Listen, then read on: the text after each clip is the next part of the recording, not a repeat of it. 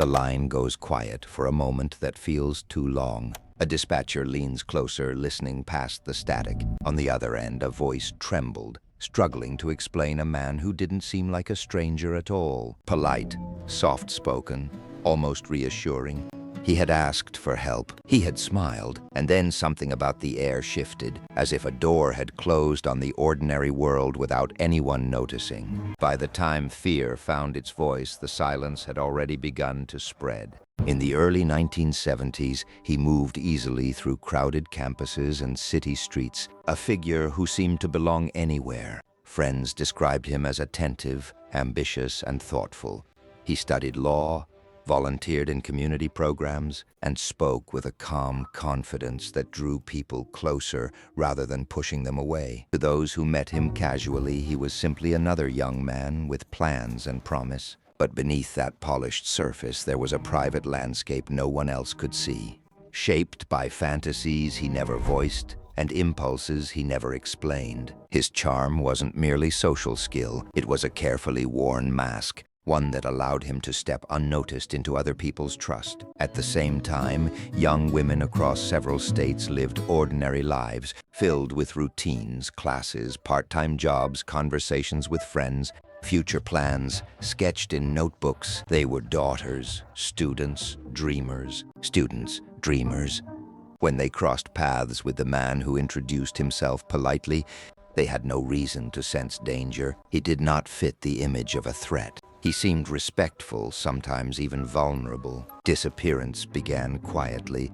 A missed class here, unanswered phone call there. At first, they appeared unconnected, scattered across locations with no obvious pattern. Police received reports from worried families, but without witnesses or clear evidence, each case drifted into uncertainty. Yet a subtle thread was forming, one that would only become visible when viewed from a distance. The victims shared a common trait. They had encountered someone who knew how to appear trustworthy. He often approached his targets in public spaces, places designed for safety, libraries, parking areas. Sometimes he presented himself as injured, his arm in a sling or his demeanor slightly unsteady.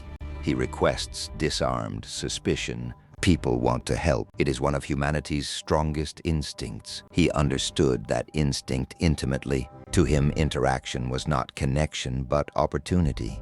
Soon came a moment to test whether the mask would hold, and it almost always did. As reports accumulated, a strange detail surfaced. Several witnesses recalled a man who introduced himself with an easy smile and a common name. It was not a name that sparked alarm, only recognition. He spoke clearly, thanked people for their kindness, and moved with quiet assurance. Nothing about him suggested urgency or hostility. Yet behind that calm demeanor was a calculated awareness, a focus on control that revealed itself only in absence. Investigators struggled with the psychology of someone who could navigate social environments so effortlessly. What drives a person to construct two identities so completely separate that even close acquaintances see only one? Those who studied his background found no single explanation. His childhood contained moments of instability and secrecy. His adult life revealed ambition mixed with insecurity. He appeared to crave admiration. Control, not chaos, seemed to be the driving force. He did not seek attention for violence itself, sought mastery over the moment when trust transformed into vulnerability. As months passed, patterns sharpened, locations connected, timelines overlapped. Law enforcement agencies in different states began to compare notes. Sketches emerged based on witness descriptions. Handsome features, neatly dressed, approachable. The image unsettled investigators because it defied expectations.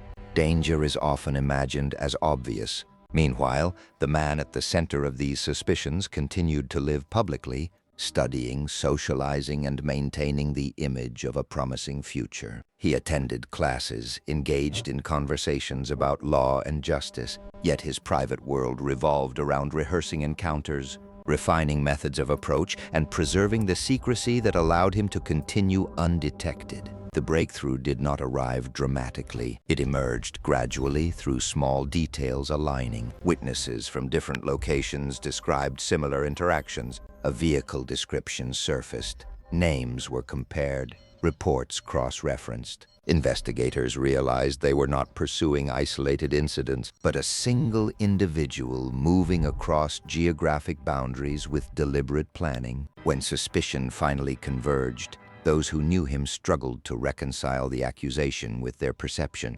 He was articulate, courteous, and composed. Interviews revealed a man who spoke with clarity and calmness. He seemed less like someone hiding something and more like someone analyzing the situation from a distance.